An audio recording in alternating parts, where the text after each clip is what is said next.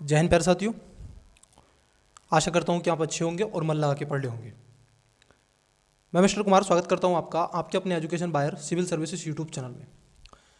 Students, education बायर आप सभी के लिए दृष्टि आईएएस और विजन आईएएस की यूपीएससी प्रीलिम्स 2025 को टारगेट करते हुए हम आपसे टेस्ट सीरीज डिस्कस कर रहे हैं, जिसमें हम आपसे पूर्ण रूप से एनालिसिस करते हैं, डिस्कस करते हैं और इसका पीडीएफ हम आपको टेलीग्राम पर प्रोवाइड करवाते हैं।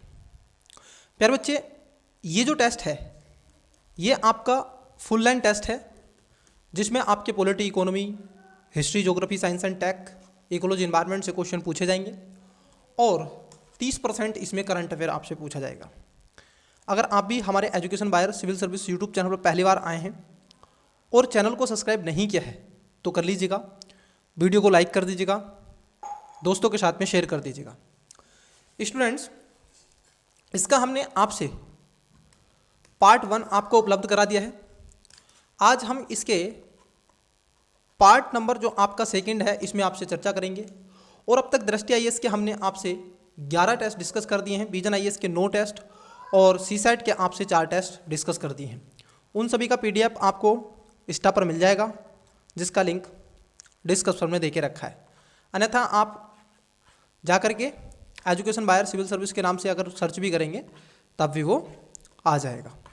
तो आज की क्लास का 50 क्वेश्चन मैंने लास्ट क्लासेस में आपको दिया था, क्योंकि हम आपसे क्लास नहीं ले सके थे कल। उसका एक रीज़न था बच्चे कि थोड़ा सा इशू था और इसलिए मैं थोड़ा आपसे क्लास नहीं ले सका था। ठीक है, चलिए तो अब आपको क्लास पूर्ण रूप से मिल रही है और 50 नंबर का क्वेश्चन का आंसर दें फटाफट।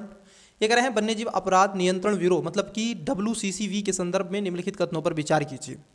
तो बताइएगा।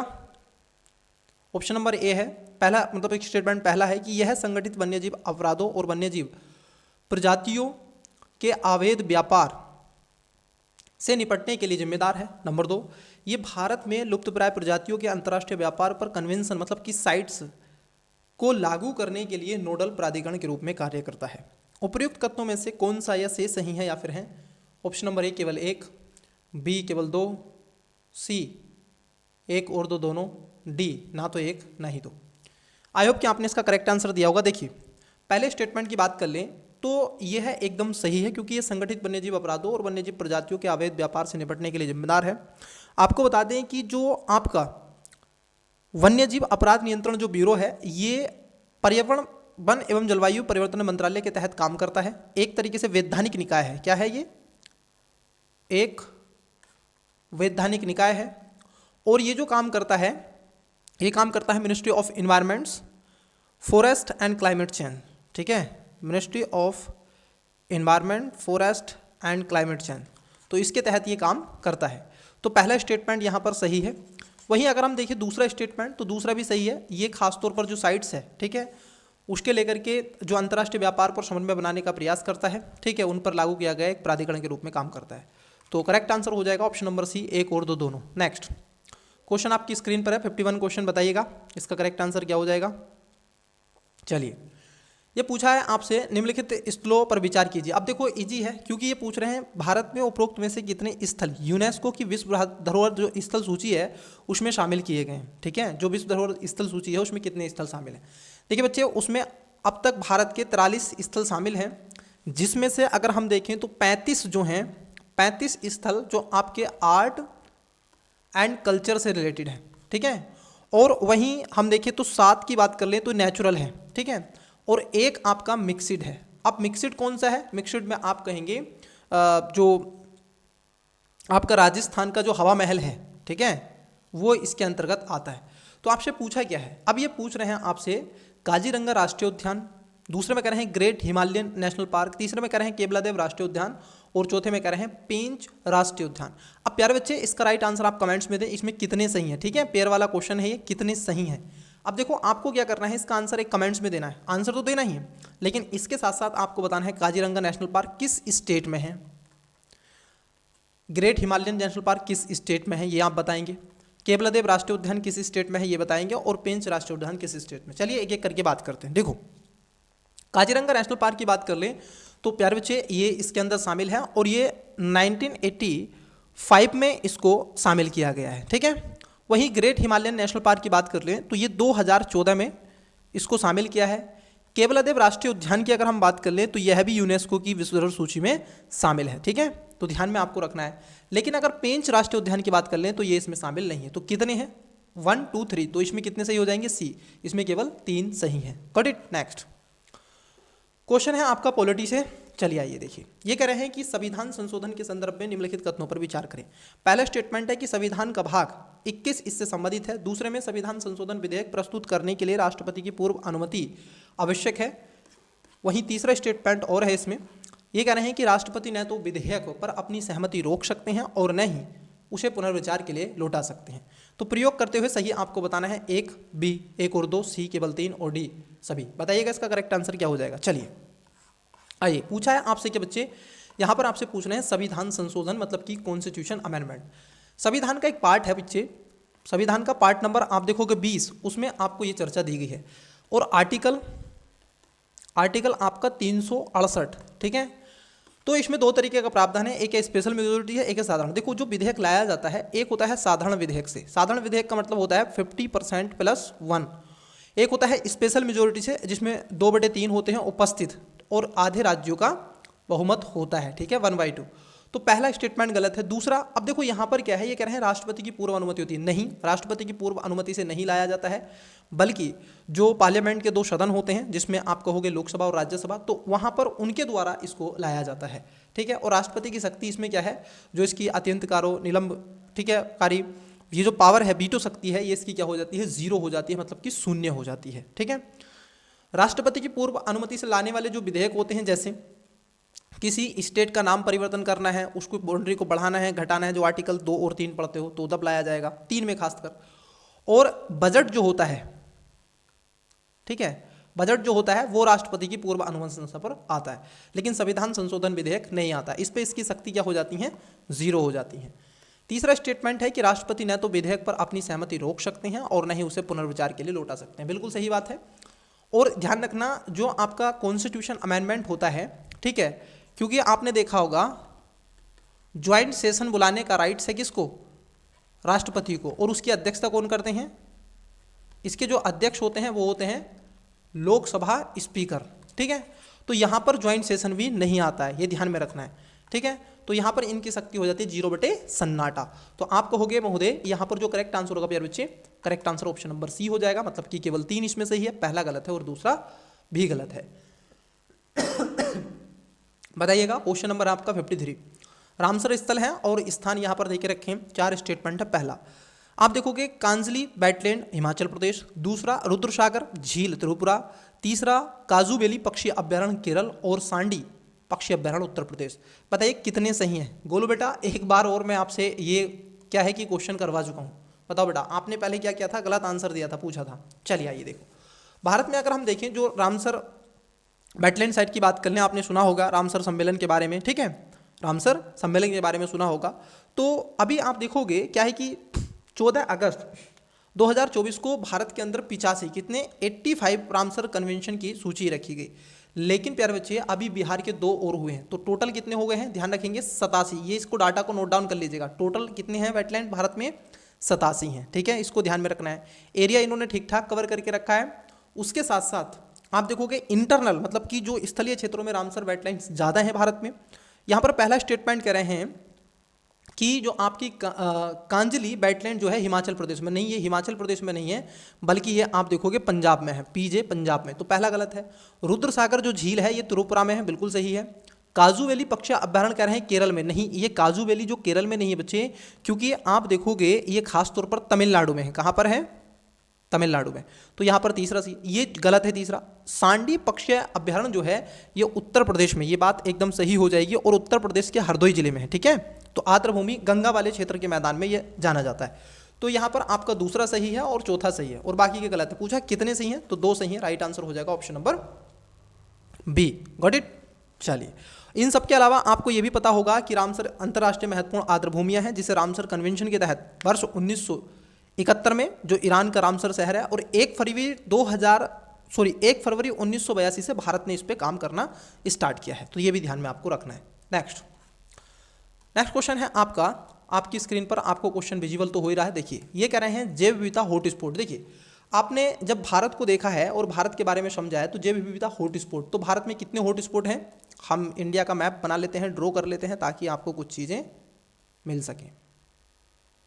इसी तरीके से बनाया करें मैप, जितनी देखो मैप को जितनी ज़्यादा बार बनाओगे ना इतनी ज़्यादा प्रैक्टिस होगी। भारत का मैप है, एक है आपका हिमालयन बेल्ट जो आपका हॉट स्पॉट है, एक है हिमालयन वाले क्षेत्र में, एक है आपका ये पूर्वा वाले क्षेत्र में बर्मा, एक है आपका ये इधर ये इंडो वाला नीचे जिसमें आप बात करते हैं, और एक है आपका वेस्टर्न घाट वाला पश्चिमी घाट पर।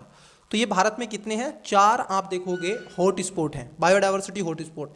एक और शब्द आता है होप स्पॉट, ध्यान रखेंगे होप स्पॉट और शब्द आता है। ये जो होप स्पॉट है ये ओशियन से संबंधित है, किससे संबंधित है, ओशियन से संबंधित है, ये ध्यान में रखना। तो भारत में 4 हॉट स्पॉट हैं, एक है आपका कौन सा, एक है आपका आप देखोगे हिमालयन, दूसरा आप पश्चिमी घाट श्रीलंका वाला, और एक है सुंडालैंड और एक है इंडो बर्मा। ठीक है, चलिए आइए आप देख लेते हैं, इसी के बारे में आपसे पूछा जा रहा है क्योंकि ये चर्चाओं में भी रहे हैं। देखो पहला अब इसके क्राइटेरिया पर पूछ रहा है।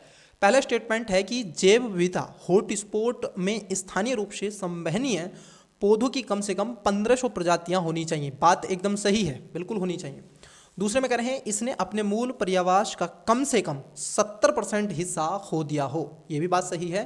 और ये कह रहे हैं आपसे कि 4 भारत में हॉट स्पॉट हैं। देखिए पहला भी सही है, दूसरा भी सही है, कौन सा सही पूछा है, तो आपको होगा बच्चे यहाँ पर तीनों आपके करेक्ट हो जाएंगे।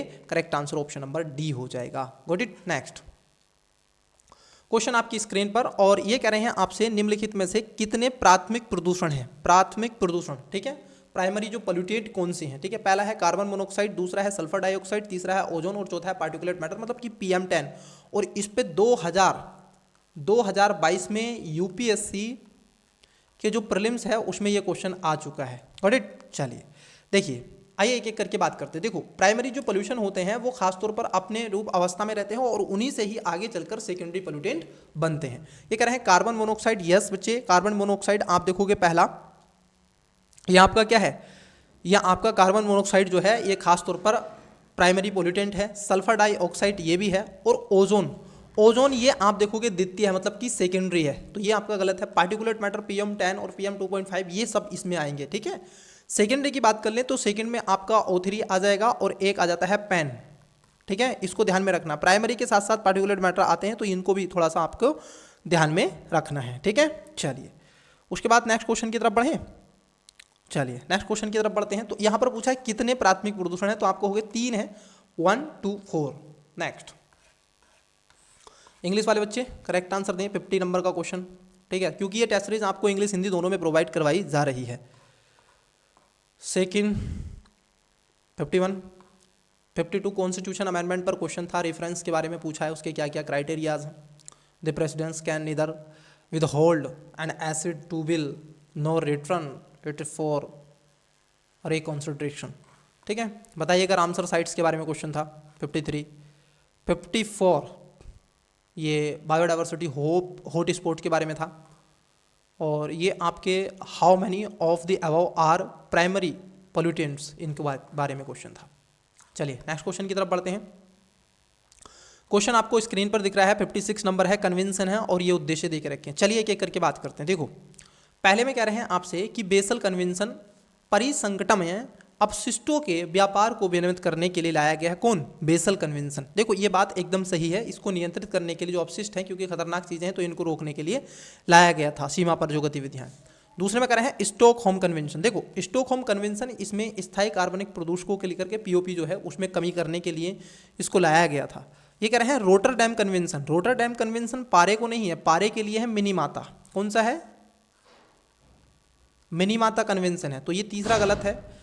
वियना कन्वेंशन जो लाया गया बच्चे, अगर आप वियना कन्वेंशन की बात कर लें तो ये खास तौर पर वियना कन्वेंशन ओजोन परत को लेकर के आया है। ठीक है, और वियना के साथ साथ एक और ध्यान में रखना है, एक और कन्वेंशन है जिसको बोलते हैं मॉन्ट्रियल प्रोटोकॉल। क्या बोलते हैं, मॉन्ट्रियल प्रोटोकॉल। ठीक है, मॉन्ट्रियल प्रोटोकॉल भी इसके लिए लेकर के आए थे।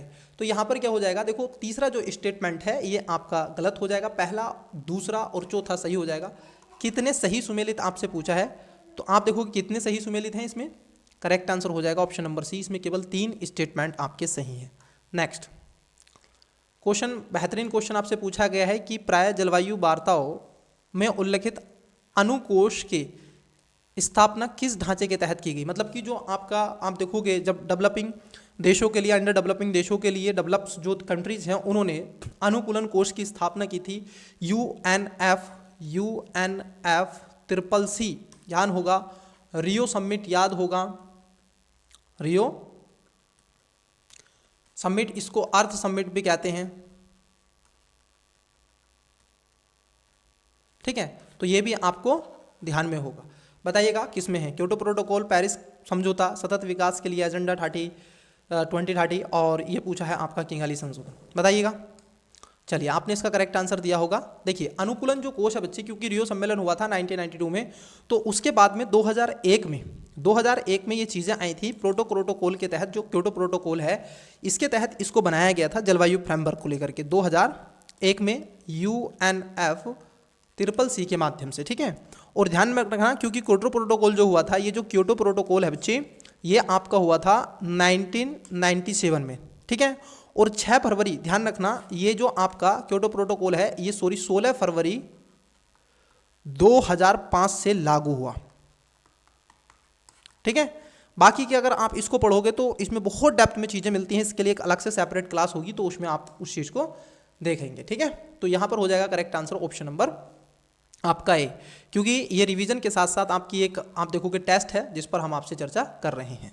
बताते चलिएगा आप किस स्टेट से आते हैं, किस स्टेट से, कई बच्चों ने एग्जाम्पल दिया, देखो कुछ बच्चे मध्य प्रदेश से देख रहे हैं, तो कुछ बच्चे उत्तर प्रदेश से देख रहे हैं, कुछ बच्चे राजस्थान से देख रहे हैं, कुछ गुजरात से देख रहे हैं, तो कुछ महाराष्ट्र से देख रहे हैं, ठीक है, कुछ झारखंड से देख रहे हैं, उत्तराखंड से देख रहे हैं, छत्तीसगढ़ से देख रहे हैं। तो मुझे बड़ा अच्छा लगा उन बच्चों के। ग्राम सभा के बारे में क्वेश्चन आपसे पूछा, बताइए बच्चे। चलिए देखो ग्राम सभा की बात कर लें तो संविधान के, अगर हम भाग की बात कर लें तो संविधान के भाग 9 में आपको ग्राम सभा के बारे में मिलेगा, और आर्टिकल 243 के बारे में आपको विशेष रूप से चर्चा की गई है।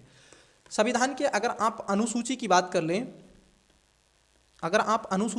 लें, तो अनुसूची जो आपकी 11 है वो ग्राम पंचायत के बारे में आपसे बताते हैं। कई इसमें समितियां हैं, इस पर आप जब फाउंडेशन कोर्स लेते हैं, क्लास लेते हैं, तो बच्चे वहाँ पर डेप्थ में चर्चा होती है। और मैं अपनी बता दूं, मैं इस क्लास को लगभग 5 से 6 घंटे में आपको करवाता हूँ, इसी क्लास को, ठीक है, जिसमें पंचायत राज को हम देखते हैं, म्यूनसिपालिटी को हम देखते हैं, ठीक है। तो चलिए आइए देखते हैं क्वेश्चन को। पहला शब्द आपको देके रखा है, पहला जो स्टेटमेंट है, कह रहे हैं इस शब्द का उल्लेख भारतीय संविधान के अनुच्छेद 243 में किया गया है। सही बात है। इसका तात्पर्य है कि किसी गांव से संबंधित मतदाता सूची में पंजीकृत व्यक्तियों से मिलकर बनी एक संस्था से होता है, ये भी बात सही है। ग्राम स्तर पर शक्तियों का प्रयोग और कार्य संचालन राज्य विधानमंडल द्वारा निर्धारित विधि के माध्यम से करती है। देखो यहाँ पर जरा समझना, क्योंकि संविधान का अनुच्छेद जैसा कि आप जानते हैं, संविधान का जो आर्टिकल है 243, 243 का ए, अब इसमें कहा गया है कि ग्राम सभा की ऐसी शक्तियों का प्रयोग कर सकेगी और ग्राम स्तर पर ऐसे कार्य करेगी जैसे कि राज्य विधानमंडल के द्वारा निर्धारित होते हैं। अब यहाँ पर विधि नहीं है, ध्यान में रखना, ठीक है। तो यहाँ पर तीसरा जो स्टेटमेंट है ये भी आपका क्या हो जाएगा, सही हो जाएगा, क्योंकि राज्य विधानमंडल द्वारा ही इसको निर्धारित किया जाता है। किसके तहत, 243 के। पूछा कितने सही हैं, ठीक है।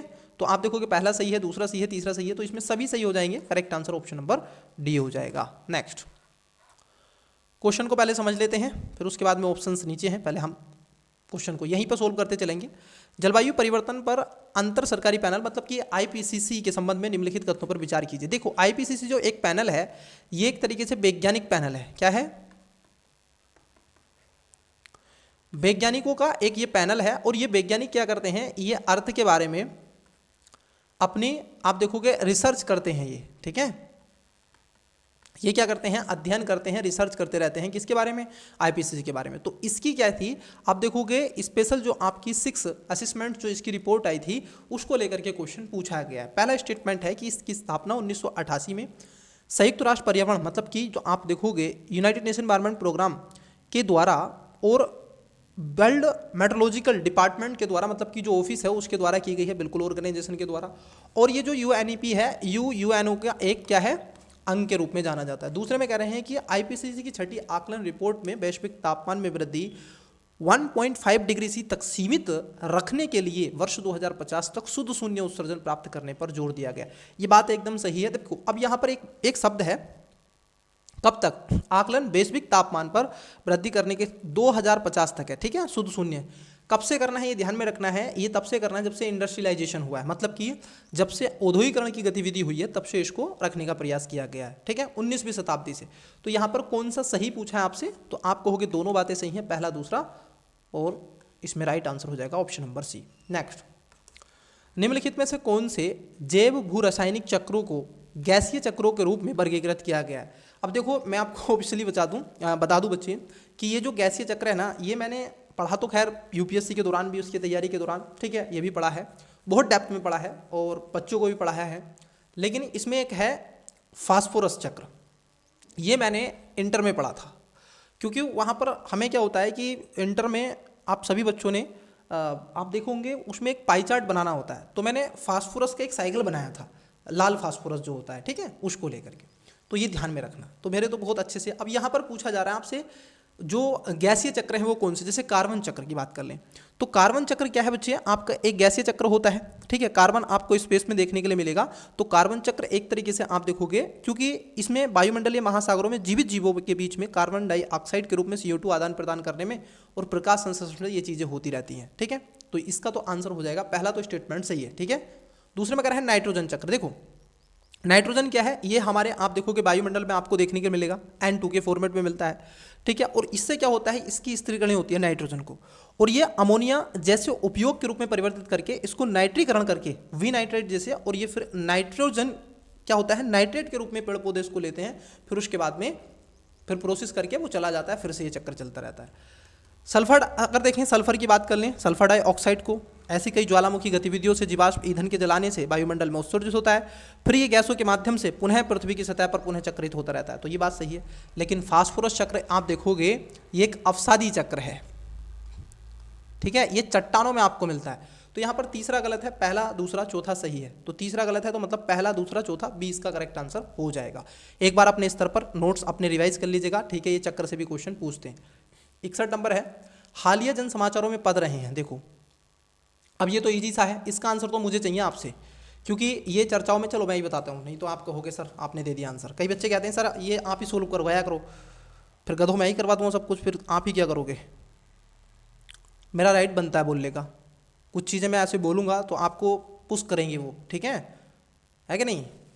देखो ये बात सत्य भी है और हकीकत भी है। मैं कई देखता हूँ जो मेरे स्टूडेंट्स रहे हैं, या फिर मेरे साथ के कुछ जो स्टूडेंट्स रहे थे, जब मैं स्टूडेंट जीवन का बता रहा हूँ, स्कूल में बड़ी पिटाई होती थी उस समय, जिस समय मैं पढ़ता था स्कूल, ठीक है, 2010, 11, 12 के समय, उस समय बहुत पिटाई करते थे टीचर लोग, तो सुधर जाते थे। आज नहीं होती है, तो आज बिगड़े हुए हैं, तबाह के बिगड़ रहे हैं। देखिए तो ये कुछ चर्चाओं में रहे थे, आपसे पूछा गया ताम जा ब्लू होल, ये चर्चाओं में था। ये कह रहे हैं ये आपका चेतुमल खाड़ी, यूकान प्रायद्वीप पेनिनसुला, मैक्सिको में, बिल्कुल ये बात सही है, और विश्व का सबसे गहरा, ये ध्यान में रखना, एक तरीके से ब्लू होल है, विश्व का सबसे गहरा है और दक्षिण चीन सागर में अवस्थित है, दक्षिण चीन सागर में ये अवस्थित है, इसको भी आपको ध्यान में रखना है, ठीक है।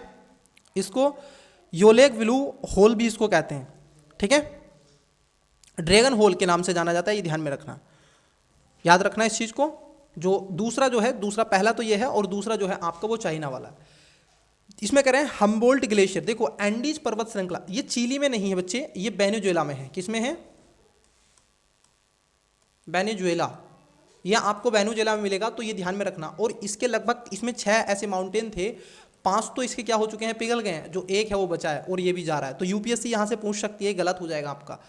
जो आपका हम्बोल्ट ग्लेशियर है, ध्यान रखना, ये वेनेजुएला है, एंडीज पर्वत का एक पार्ट है, ठीक है। एंडीज पर्वत आप देखोगे, ये जो आपका दक्षिण अमेरिका वाला रीजन है, तो यहाँ पर आपको मिलेगा, क्योंकि वेनेजुएला है तो वेनेजुएला यहाँ पर आपको मिलता है, ठीक है, वेनेजुएला यहाँ पर आपको देखने के लिए मिलेगा, तो इसको ध्यान में रखना है।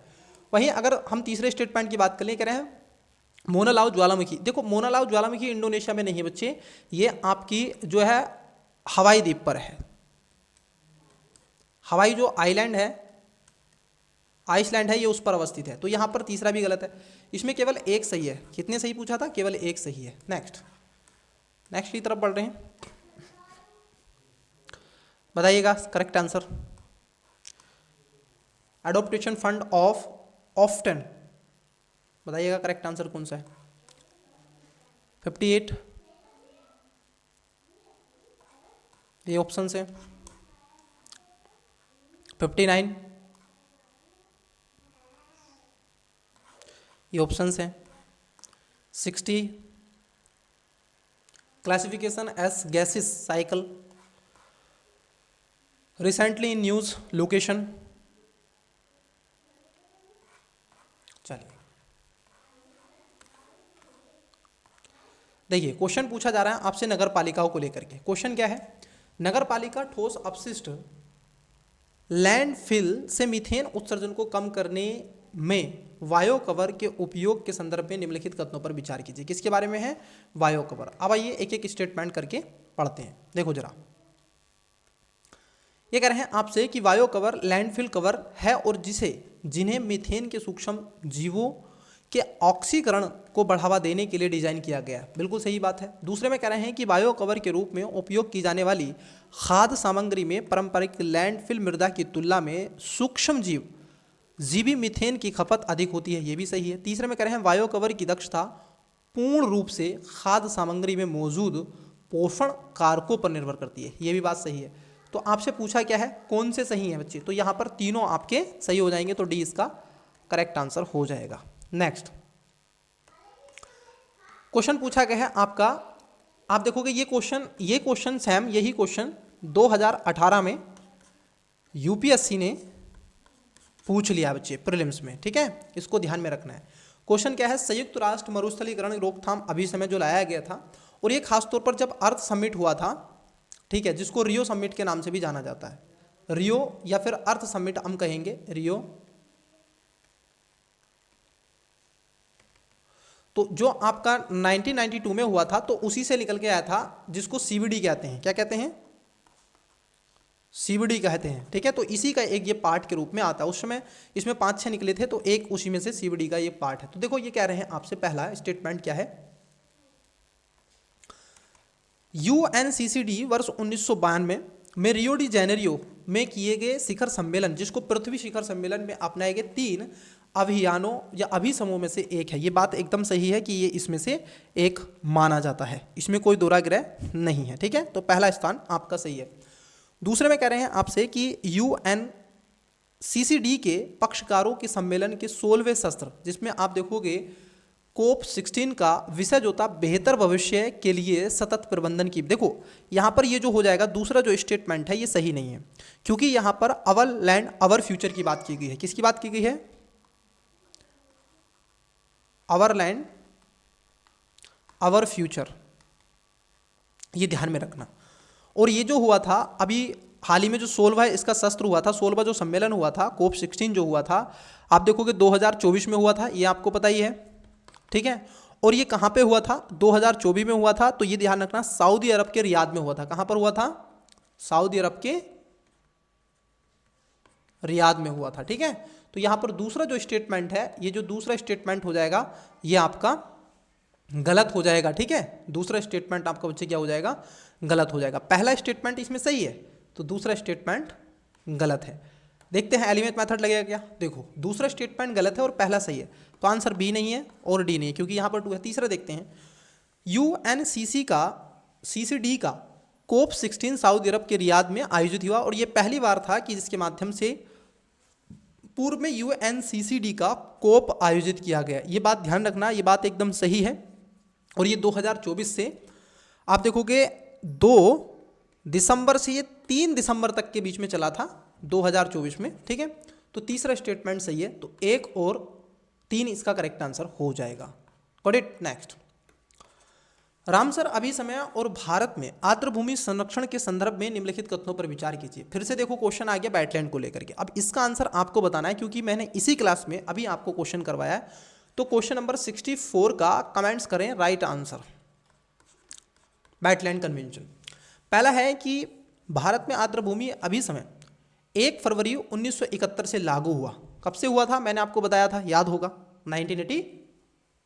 दूसरे में कह रहे हैं कि भारत में सबसे अधिक रामसर स्थल तमिलनाडु में है, जहां 20 से अधिक आर्द्र भूमियों को इस अभी समय में मान्यता दी गई है। मैंने कहा है यूपीएससी जब कोई डाटा दे दे, टेस्ट सीरीज में कोई डाटा आ जाए तो वहां पर थोड़े से माइंड को थोड़ा सा सोचिएगा, विचार कीजिएगा, तो चीज़ें क्या हो जाएंगी, ज़्यादा आपकी बढ़ जाएंगी। आज कितनी हो गई हैं ये ध्यान में रखना आपको बहुत ज़रूरी है, ठीक है। सबसे ज़्यादा जो आर्द्र भूमि है, ठीक है, तमिलनाडु में अब तक सबसे ज़्यादा रामसर स्थल हैं, जहाँ पर कितने हैं, 20 नहीं है महोदय, बताइएगा कितने हैं, 20 नहीं है, बट ये ध्यान रखना। उसके बाद तीसरा स्टेटमेंट है आपका, हाल ही में तमिलनाडु के नजरायन पक्षी अभ्यारण्य और काजूवेली पक्षी अभ्यारण्य तथा मध्य प्रदेश के तबा जलाशय को शामिल करने से भारत में रामसर स्थलों की संख्या बढ़कर 85 हो गई है। कितनी हो गई है, 87 हो गई है। 2 जो हैं ये बिहार की लेक हैं जो अभी चर्चाओं में रही थी। तो आपको सही बताना था इसमें, बताइएगा करेक्ट आंसर क्या होगा, ठीक है। मैंने एक्सप्लेन कर दिया है, पूरा मैंने सोल्व करता चला जा रहा हूँ। और सबसे ज़्यादा तमिलनाडु में ये भी बता दिया है, लेकिन वहाँ पर 20 नहीं है, वहाँ पर 18 है, ठीक है। चलिए आंसर आपको बता देना है इसमें। नेक्स्ट, लाभदायक कीटों पर वायु प्रदूषण के प्रभाव के संदर्भ में निम्नलिखित कथनों पर विचार कीजिए। देखो, इस प्रकृति में क्या है, कुछ ऐसे कीट होते हैं जो लाभकारी होते हैं और कुछ हानिकारक होते हैं। तो उसी में से लाभकारी पूछा, जैसे तितलियां हैं, मधुमक्खी हैं, तो ये क्या है, लाभकारी कीट होते हैं। अगर आपकी तितलियां और मधुमक्खी हटा दें तो जो आपकी, आप देखोगे पोली जो होती है, प्रोसेस जो होता है, जिसमें एक फूल पे बैठ करके दूसरे फूल पर ये जाते हैं, तो वहाँ पर अंडाणु और शुक्राणु जो उसके, ठीक है, जायगोट को परिवर्तित करते हैं, तो उसमें ये महत्वपूर्ण भूमिका निभाते हैं। तो बायोडाइवर्सिटी वहाँ पर, जहाँ पर ये यदि अधिक होंगे ना कीट पतंगे, वहाँ पर बायोडाइवर्सिटी अधिक होगी, ये ध्यान में रखना।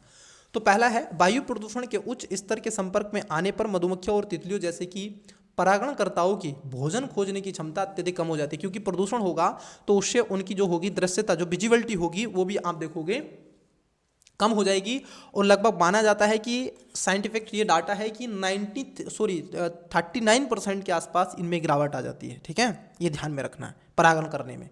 परागण का मतलब होता है एक फूल से दूसरे फूल पर जाकर के जब ये बैठ जाते हैं। दूसरा स्टेटमेंट क्या है, दूसरे स्टेटमेंट में कह रहे हैं आपसे कि ओजोन और नाइट्रोजन ऑक्साइड लाभदायक कीटों के बारे में यहाँ पर पूछा गया है, ठीक है।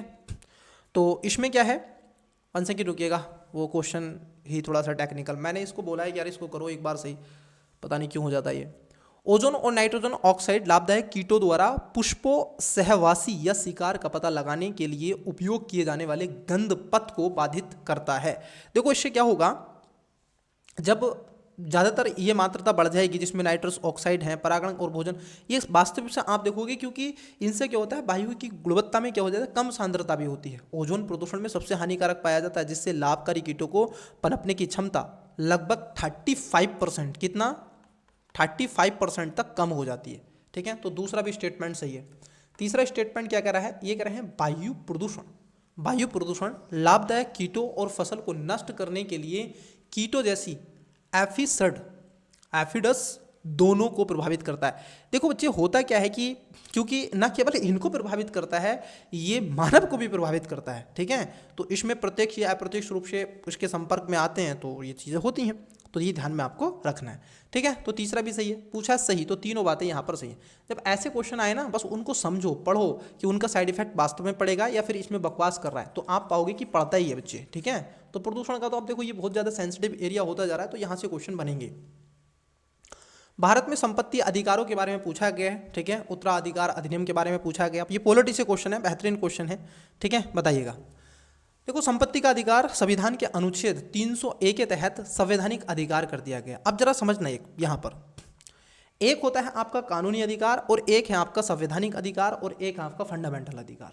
जरा समझना, जो आपके फंडामेंटल अधिकार हैं वो आपके संविधान अधिकार हो सकते हैं, लेकिन जो संवैधानिक अधिकार हैं वो फंडामेंटल अधिकार नहीं हो सकते, और जो कानूनी अधिकार हैं वो संविधान अधिकार नहीं हो सकते हैं।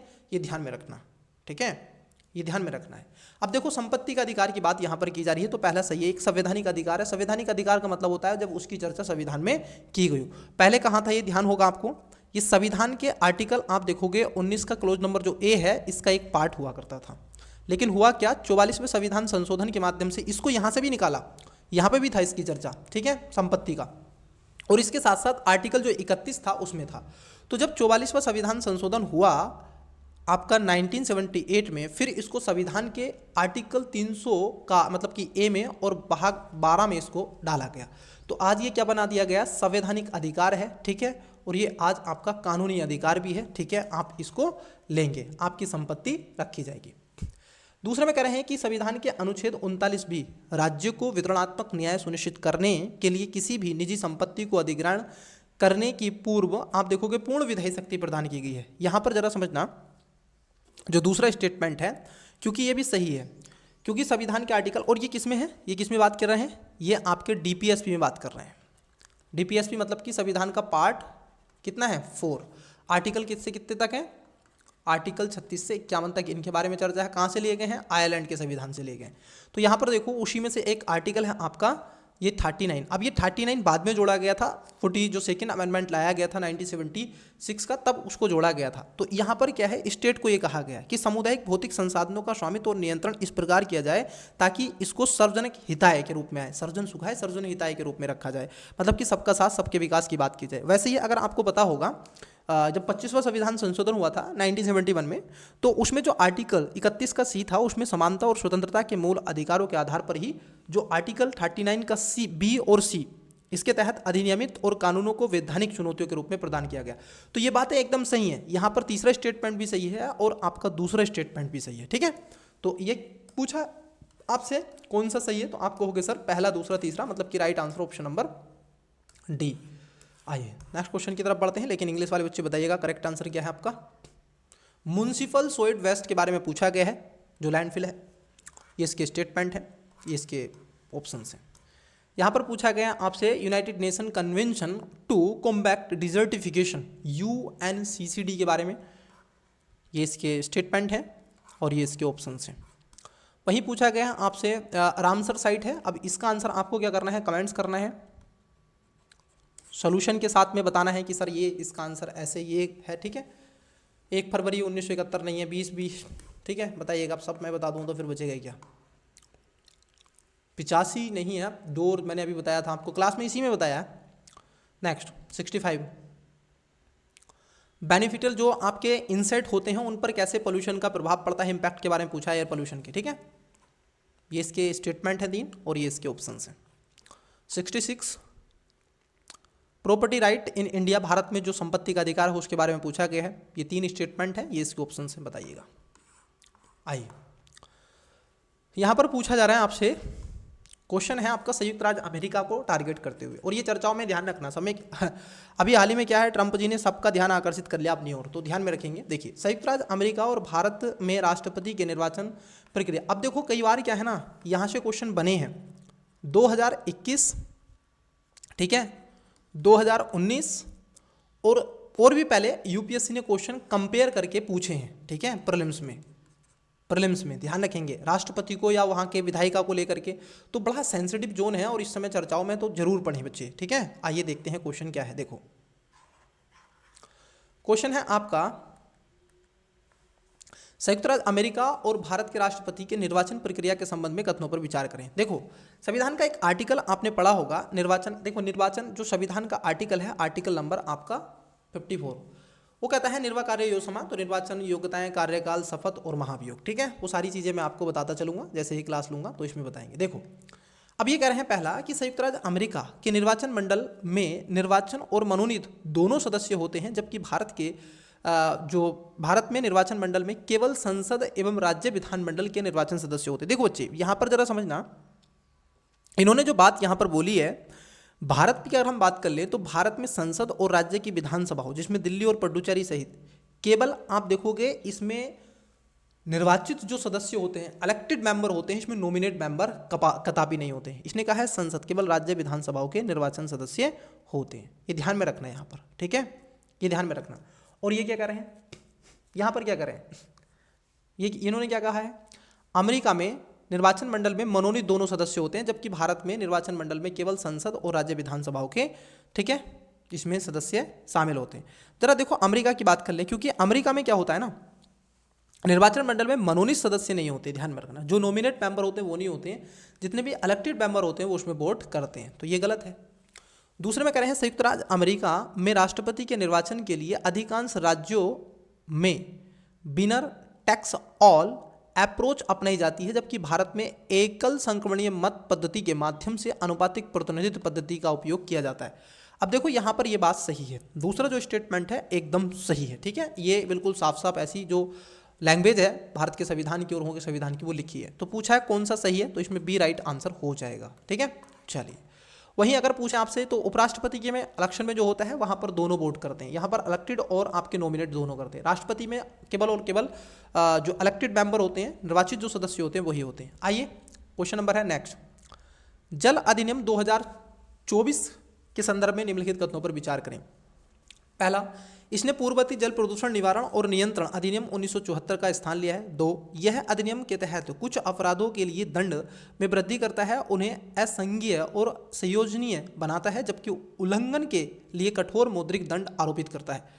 उपयुक्त में से कौन सा कथन सही है? केवल एक, बी केवल दो, सी एक और दो दोनों, डी ना तो एक नहीं तो। बताएं इसका करेक्ट आंसर क्या होगा। देखो आइए एक एक करके बात करते हैं। देखो ये कह रहे हैं कि जल अधिनियम, देखो होता क्या है, जल प्रदूषण की रोकथाम के लिए भारत सरकार ने एक संशोधन किया, ठीक है, अमेंडमेंट लेकर के आए 2024 में, ठीक है, 2024 में लेकर आए। तो वर्ष जो आपका 1974 के अधिनियम की प्रतिस्थापित नहीं करता है, पहली बात तो ध्यान में रखेंगे, इससे कोई इसका लेना देना नहीं है, पहली बात। इसमें खासतौर पर दूसरे में कह रहे हैं कि यह अधिनियम के तहत कुछ अपराधों के लिए दंड वृद्धि करता है, उन्हें असंज्ञेय और संयोजनीय बनाता है, जबकि उल्लंघन के लिए कठोर मौद्रिक दंड भी आरोपित करता है। आपको बता दें कि इसमें सख्त मौद्रिक दंड आरोपित करता है, यह कुछ अपराधों और गैर संज्ञेय और समझौते योग्य बनाता है, जिसे दंडात्मक उपायों के प्रशासनिक रूप में परिवर्तन करेगा, ठीक है। तो गैर संज्ञेय है, ठीक है। तो यहां पर दूसरा स्टेटमेंट गलत हो जाएगा। अब दोनों गलत है, पहला भी गलत है, दूसरा भी गलत है। राइट आंसर क्या होगा? डी इसका करेक्ट आंसर हो जाएगा। और मैं आपको एक और बात बताना चाहता, ये पर्यावरण वन और जलवायु परिवर्तन मंत्रालय जो है आपका मिनिस्ट्री ऑफ एनवायरमेंट अफेयर्स, ठीक है, आपका जो क्लाइमेट चेंज है उसके अधीन कार्य करता है। जल प्रदूषण नियंत्रण बोर्डों के लिए एक एजेंसी के साथ समन्वय बनाया हुआ है। और मैं आपको बता दूं कि केंद्रीय प्रदूषण नियंत्रण बोर्ड जो है आपका CPCB, ये बहुत ज़्यादा चर्चाओं में रहता है, ध्यान रखेंगे, CPCB ये बहुत चर्चाओं में है। सेंट्रल जो आपका पोल्यूशन कंट्रोल बोर्ड है, ये 19 कब लाया गया था, ध्यान में रखेंगे, 1974 में लाया गया था, ये भी ध्यान में होगा। और यह एक सांविधिक निकाय है। क्या है? सांविधिक निकाय है, ये ध्यान में रखना। सांविधिक किसी अमेंडमेंट के माध्यम से लाई हो, संवैधानिक होती है जो संविधान के माध्यम से हो, तो ये सांविधिक निकाय है और पर्यावरण मंत्रालय के तहत काम करती है, ठीक है। चलिए, तो दोनों बातें यहाँ पर गलत हो जाएंगी क्योंकि ये चर्चाओं में रहता है। सेंट्रल जो आपका पोल्यूशन बोर्ड है, सेंट्रल पोल्यूशन कंट्रोल बोर्ड। तीसरे में कह रहे हैं निवारक निरोध के बारे में। देखो अब निवारक निरोध, आपने संविधान का आर्टिकल क्या पढ़ा है? आर्टिकल अगर आपने 22 पढ़ा होगा, आर्टिकल जो 22 है उसको पढ़ा होगा। आर्टिकल 22 का डेफिनेशन 1 पढ़ी होगी, 2 पढ़ी होगी, 3 पढ़े होंगे, 4 पढ़े होंगे, 5 पढ़े होंगे, 6 पढ़े होंगे, 7 पढ़े होंगे, 8 पढ़े होंगे, लगभग 6 तक ये अधिकतर पढ़ते हैं। तो ये सब हैं, ठीक है। आइए उसी के बारे में पूछा है। देखिए इसमें है क्या, क्योंकि ये बदला गया है। पहले क्या होता था, देशद्रोह के नाम पर लगा दिया जाता था, ठीक है, तो अब उसको थोड़ा सा बदला गया है कि सरकार की आलोचना करने पर होता था, थोड़ा सा उसमें रिलीफ ली गई है। क्या है? केंद्र और राज्य दोनों सरकारों को निवारक निरोध से संबंधित मामलों पर विधि बनाने का अधिकार है। देखो यहाँ पर ध्यान रखना बच्चे कि चाहे तो वो आपका सुप्रीम कोर्ट हो और चाहे वो आपका हाई कोर्ट हो, क्योंकि अभी में एक आप देखोगे निर्णय आया था जिसको बोलते हैं जसीला साजी। क्या था? लिख लीजिएगा,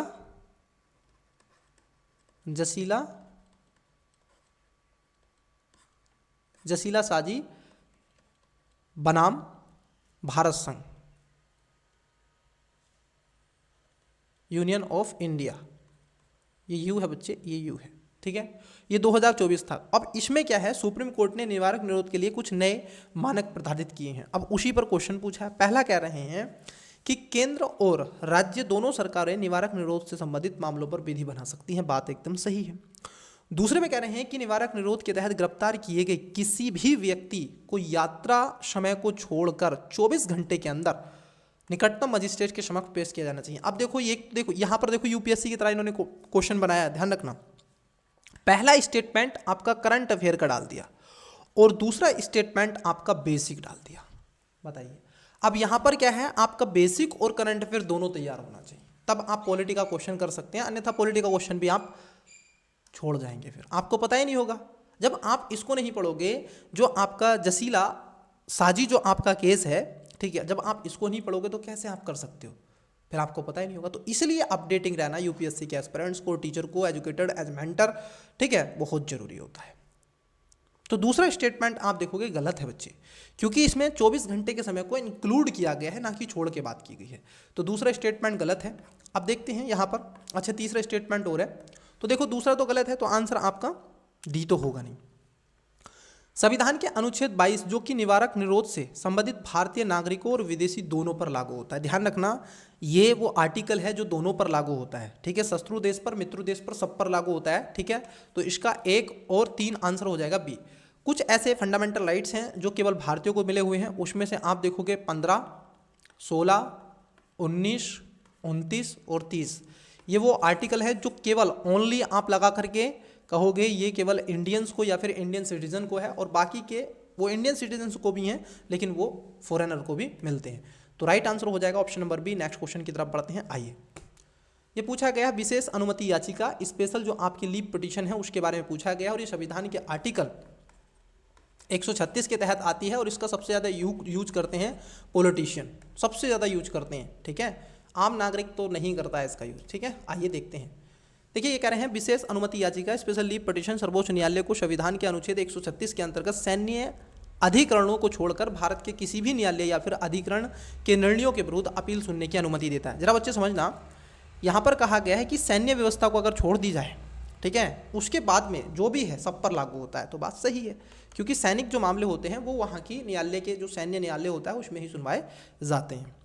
दूसरे में कह रहे हैं उपचारात्मक याचिका सर्वोच्च न्यायालय द्वारा पुनर्विचार याचिका खारिज किए जाने के बावजूद दायर की जाती है, और यह न्यायालय की हानि के आधार पर दायर की जाती है। देखो, यह भी ध्यान आपको होना चाहिए, क्योंकि उपचारात्मक जो होती है याचिका, इसका उद्देश्य ही क्या होता है, सर्वोच्च न्यायालय और न्याय की घोर चूक को ठीक करने के लिए, मतलब कि अगर उससे कोई भी चूक होगी हो तो फिर उसके बाद में वो आएगा, ठीक है, हानि को पूरा करने के लिए। इसी में जैसे उपचारक जो रखा गया है, ये अगर आप आर्टिकल से आपसे पूछ ले जाए तो आर्टिकल है आपका 137, 137 में इस बात की चर्चा की गई है, ठीक है, इस बात की चर्चा की गई है। अवधारणा भारत के संविधान 1950, ठीक है, कॉन्स्टिट्यूशन जो आपका ऑफ इंडिया है उसका आर्टिकल आपका 137 है, उसमें नहीं इस चीज़ को रखा गया। और इसी में रूपा अशोक हुर्रा बनाम अशोक हुर्रा 2002 का केस भी है, जिसमें ऐतिहासिक निर्णय में कहा गया था कि न्याय के सिद्धांतों को बनाए रखने के लिए विकसित किया गया था, और यह प्राकृतिक न्याय मतलब कि नेचुरल जस्टिस के सिद्धांतों पर आधारित था। विशेषकर यह तब नए साक्ष्य और जो आपकी प्रक्रियागत कमियां सामने आती हैं जिस पर आप देखोगे पुनर्विचार की आवश्यकता होती है, तो जब इसको लाया गया था। तो यहाँ पर पहला दूसरा दोनों ही बातें सही हैं, तो इसका करेक्ट आंसर हो जाएगा ऑप्शन नंबर सी, ठीक है। चलिए नेक्स्ट क्वेश्चन लेते हैं। क्वेश्चन है आपका हाई सीज ट्रीटी। अब पूछा गया हाई सीज ट्रीटी के बारे में, अब 3 स्टेटमेंट है, ये एक एक करके बात करते हैं। देखो, ये कह रहे हैं इसका उद्देश्य राष्ट्रीय अधिकार क्षेत्र से बाहर के क्षेत्रों जिनकी वैश्विक महासागर क्षेत्र में लगभग 64% हिस्सेदारी में समुद्री जैव विविधता का संरक्षण करना। कितना है, 64 की बात कर रहे हैं ये, ठीक है। तो बात यहाँ पर क्या है, सही है। दूसरे में कह रहे हैं कि यह संयुक्त राष्ट्र जलवायु परिवर्तन फ्रेमवर्क कन्वेंशन के तहत कानूनी रूप से बाध्यकारी है। देखो बच्चे, ये बाध्यकारी नहीं है, ध्यान रखना, ये बाध्यकारी आपकी नहीं है, ठीक है। United nation convention on the law of sea जो आपका अनक्लोज ढांचे के तहत इसको नहीं है, ठीक है, बाध्यकारी नहीं। तीसरा स्टेटमेंट है कि यह संधि 60 देशों के अनुमोदन के 120 दिन के बाद में लागू की जाएगी, ये बात सही है। तो पहला इसमें और दूसरा गलत है, ठीक है, पहला तीसरा इसमें सही है। तो जहां 2 है वो तो आंसर नहीं होगा, आंसर डी और सी नहीं है, करेक्ट आंसर है बी। और क्योंकि आपको बता दें कि जून 2024 तक इसमें 91 देशों ने संधि पर हस्ताक्षर किए, जिसमें से 8 देशों ने इसकी पुष्टि की। 60 देशों में से इसकी पुष्टि में लगभग 120 दिन के बाद में कानूनी रूप से इसको बाध्यकारी लागू हो जाएगा, ऐसा बताया जा रहा है। यह हाई ट्रीटी आपको पता ही है, ओशन से रिलेटेड करके है, क्योंकि खासतौर पर जो आपका ओशन जो पोल्यूशन है, ओशन को लेकर के, वहाँ की डाइवर्सिटी को लेकर के इस चीज़ को रखा गया, ताकि जैसे फिशरिंग आप देखोगे इंडस्ट्री में, और वहाँ पर लगातार आज ओशन में पोल्यूशन बढ़ता चला जा रहा है, तो उन सब पर ये रिलेटेड है। अब बच्चे यहाँ पर था, जो इंग्लिश वाले बच्चे बताइएगा, जो आपका यूएसए प्रेसिडेंट्स और इंडियन प्रेसिडेंट्स के रूप में जो इलेक्शन होता है उसको लेकर के डिफरेंस क्या है, ठीक है। चलिए, ये पूछा गया वाटर एक्ट जो आपका लाया गया है 2024 का, ये 2 स्टेटमेंट हैं, ये इसके ऑप्शंस हैं। प्रिवेंटिव डिटेक्शन आर्टिकल आपने 2 पढ़ा होगा और उसके सेक्शन आपने 1 2 3 4 5 6 पढ़े होंगे, तो उसको लेकर के। और इसमें करंट अफेयर में चर्चाओं में रहा है वूथ टू टेंटर, क्योंकि अभी मैंने कहा था आपके साजिला जो आपका जासी जो केस है 2024 का, उसको लेकर के, ठीक है, मैंने अभी आपको समझाया है। फिर उसके बाद क्वेश्चन आपका है स्पेशल लीव पिटिशन के बारे में आपको बताया, आर्टिकल जो आपका 36 है वो मैंने बताया।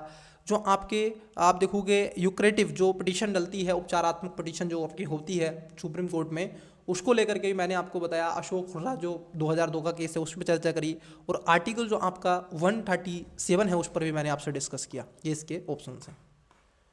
हाई सीट रेटिंग के बारे में भी मैंने आपको बताया, ये लास्ट क्वेश्चन ही था 71 का। ये इसके स्टेटमेंट हैं और ये इसके ऑप्शन हैं। चलिए नेक्स्ट क्वेश्चन है आपका, ग्लोबल मैंग्रोव अलायंस रिपोर्ट्स के संदर्भ में कथनों पर विचार करें। बताइए बच्चे। देखिए ये कह रहे हैं दक्षिण पूर्व एशिया में विश्व के लगभग 1/3 1/3 मैंग्रोव हैं, जिसमें अकेले इंडोनेशिया की 21% हिस्सेदारी है। कितनी? 21% हिस्सेदारी। ये बात एकदम सही है, क्योंकि हाल ही में क्या हुआ है, जो आपका विश्व मैंग्रोव दिवस, बताइएगा कब मनाया जाता है? ठीक है, मैंग्रोव दिवस कब मनाया जाता है? देखते हैं कितने बच्चे, मैंग्रोव दिवस कब मनाया जाता है, कमेंट्स करके बताएं कब मनाया जाता है। ठीक है, मैंग्रोव दिवस।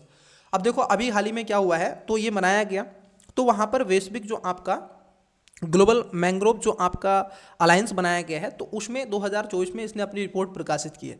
अब उसी रिपोर्ट में कहा है कि अगर विश्व के आप देखो लगभग 100 देश इसमें बताए गए हैं इसमें सदस्य, तो इसमें से लगभग इंडोनेशिया की सबसे ज़्यादा हिस्सेदारी रही है।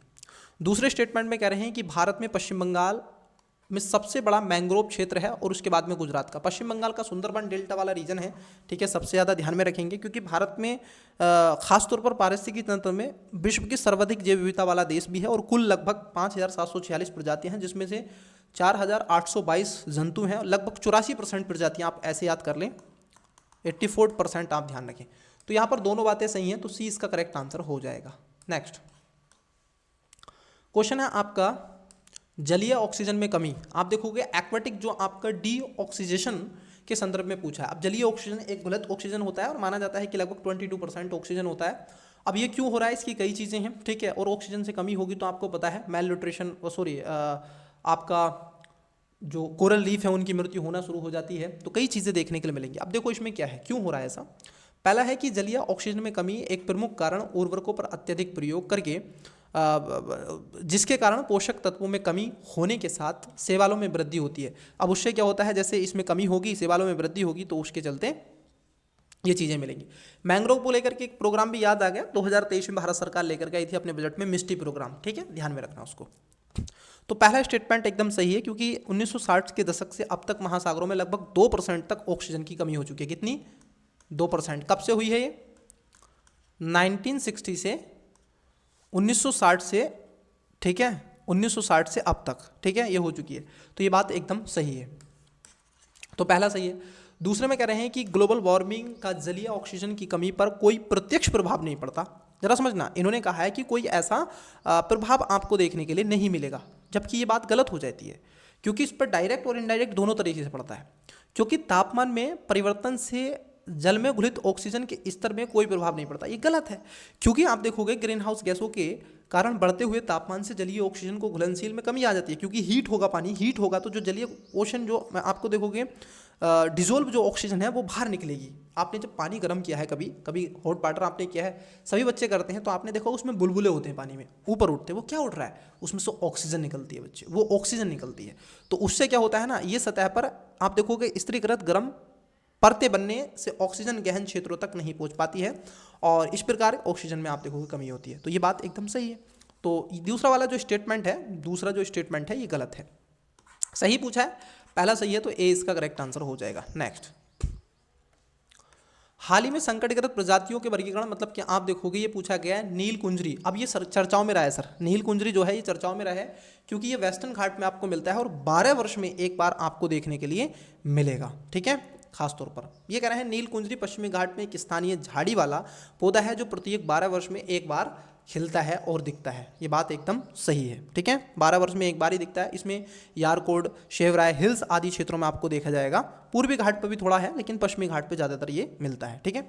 दूसरे में कह रहे हैं आवास क्षतियों और बाहरी प्रजातियों के आक्रमण के कारण इसे IUCN की रेड लिस्ट में लुप्तप्राय के रूप में वर्गीकृत किया गया है। ये बात एकदम सही है, ठीक है, ये बात एकदम सही है। तो पहला भी सही है, दूसरा भी सही है। अब देखते हैं और भी एक इसमें स्टेटमेंट है, थर्ड। तीसरा स्टेटमेंट कह रहे हैं यह प्रजाति मुख्य रूप से अधिक ऊंचाई वाले पर्वतीय घास के मैदानों में विकसित होती है और दक्षिण पश्चिम भारत में लगभग 25,510 वर्ग किलोमीटर क्षेत्र में विस्तृत है। कहां बताया इन्होंने?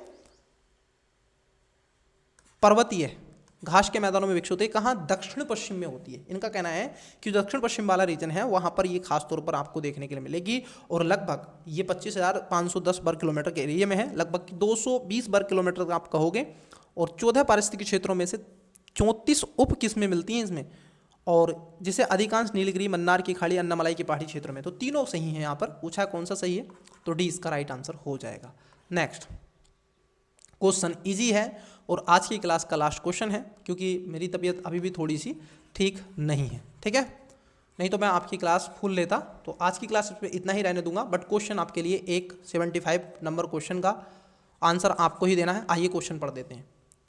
हुलाक गिब्बन के संदर्भ में निम्नलिखित कथनों पर विचार कीजिए। 3 स्टेटमेंट है। पहला, इसे वन्यजीव संरक्षण अधिनियम 1972 की सूची के अंतर्गत 1 के अंतर्गत सूचीबद्ध किया गया है। 2, यह विशेष रूप से दक्षिण पश्चिम भारत में उष्णकटिबंधीय एवं उपोष्णकटिबंधीय वनों में मिलता है। 3, यह भारत में मिलने वाली एकमात्र गिब्बन प्रजाति है। उपयुक्त कथनों में से कौन सा या सही है या फिर है केवल 1 और 2, बी केवल 2, सी 1 और 3, डी 1 2 3। पर बच्चे इसका राइट आंसर आपको कमेंट्स करना है, ठीक है, और किस स्टेट से हो ये भी आपको बताना है। फुल लाइन टेस्ट है बच्चे, इसका टेस्ट सीरीज आपको प्रोवाइड करवा दिया जाएगा कल, ठीक है, आज तो नहीं, कल प्रोवाइड करवा दिया जाएगा, ठीक है। कहाँ पर? टेलीग्राम पर, लिंक डिस्क्रिप्शन में देकर रखा है। कोई भी आपका क्वेश्चन है कमेंट्स कर सकते हैं। इन सब के अलावा मुझसे पर्सनली बात करने के लिए इंस्टा पर मुझे फॉलो कर सकते हैं। एजुकेशन बायर के सिविल सर्विस नाम की आईडी है। और मल्ला के देखिए मल्टीपल टाइम बच्चे रिवीजन करते हैं। कई बच्चों का आ रहा है सर पेज को 26 में देना है, आपके नहीं देना है। तो बच्चे जब भी आप दें, लेकिन आप तैयारी को एकदम डेडिकेशन के साथ रहें। और यूपीपीसीएस के लिए भी टेस्ट सीरीज बहुत जरूरी है, ठीक है, बहुत जरूरी है, ठीक है। तो चलिए मल्ला आगे पढ़ते हैं। बेस्ट ऑफ लक, मिलता हूँ इसके पार्ट नंबर अंतिम और लास्ट में। बाय।